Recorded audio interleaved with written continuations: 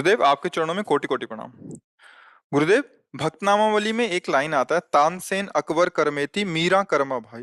महाराज जी, तो अकबर जी को यहाँ भक्त बताया गया। महाराज जी, मुझे समझ नहीं आता बात इसका क्या यह है तात्पर्य है। कि कोई कैसे भी आचरण वाला हो, यदि वो महापुरुषों के चरणों का आश्रय ले लेता है तो भगवान ने कहा है, अपिचेसु दुराचारो भजते माम अनन्य भाग साधुरेव समन्तव्या सम्यक व्यवसिता। ऐसा पहले दुराचारी रहा, पर अब उसने निश्चय कर लिया कि भगवान के सिवा अब हमारा कोई नहीं जो उद्धार कर सके, तो भगवान कहते हैं मैं उसे साधु बना देता हूं। तो श्री स्वामी हरिदास जी महाराज ललिता सखी के अवतार है। अकबर उनके दर्शन किए आकर के। अकबर बड़े बड़े संतों से मिला, संतों का आदर करता था। एक राजपद पर होते हुए उसने कुछ ऐसी जो रजोगुणी क्रियाएं होती, पर उसके अंदर एक गुण था। संतों का स्वभाव हंस जैसा होता है। जैसे पानी और दूध मिला के रख दो तो हंस पानी छोड़ दे, वो केवल हंस ही कर सकता है, दूसरा नहीं। दूध में पानी मिला दो तो हंस का कार्य है कि वो दूध पी लेगा और पानी छोड़ देगा। तो हमारे जो संत महापुरुष जिन्होंने नामावली लिखी, तो उन्होंने देखा उसमें एक महान सद्गुण, हमारे भारतीय संतों का आदर करना।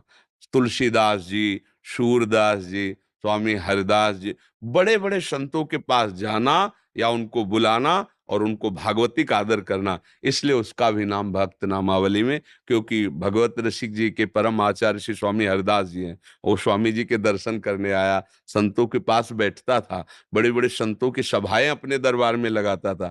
इसलिए उसको एक सद्गुण, संतों के चरणों के प्रति नमन होना, साधु समागम करना।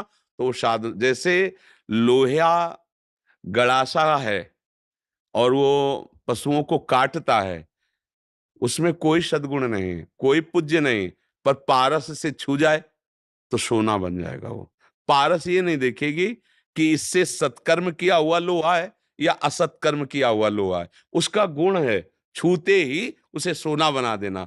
ऐसे साधु समागम, जो संत समागम है, उसका फल है भगवान की प्राप्ति करा देना।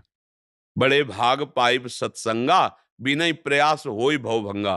तो एक कसाई के घर का गड़ासा रहा है या पंडित जी के घर की वो हवन स्थली रही है, पारस नहीं देखती, दोनों को छूते। सूरदास जी ने लिखा है, पारस गुण अवगुण नहीं चितवत, कंचन करत खरो, प्रभु जी मेरे अवगुण चित न धरो। कोई कितना भी अवगुणी हो, यदि वो संतों का आदर करने लगा और संत समागम करने लगा तो निश्चित भगवान उसको प्राप्त होते हैं, भगवान की प्रसन्नता प्राप्त होती। बहुत से ऐसे महापुरुषों के नाम आते हैं जो पहले सही आचरणों में नहीं थे, बाद में साधु समागम से वो महात्मा बन गए, वो संत बन गए, तो उसी पद्धति में उसका नाम लिया जाता है।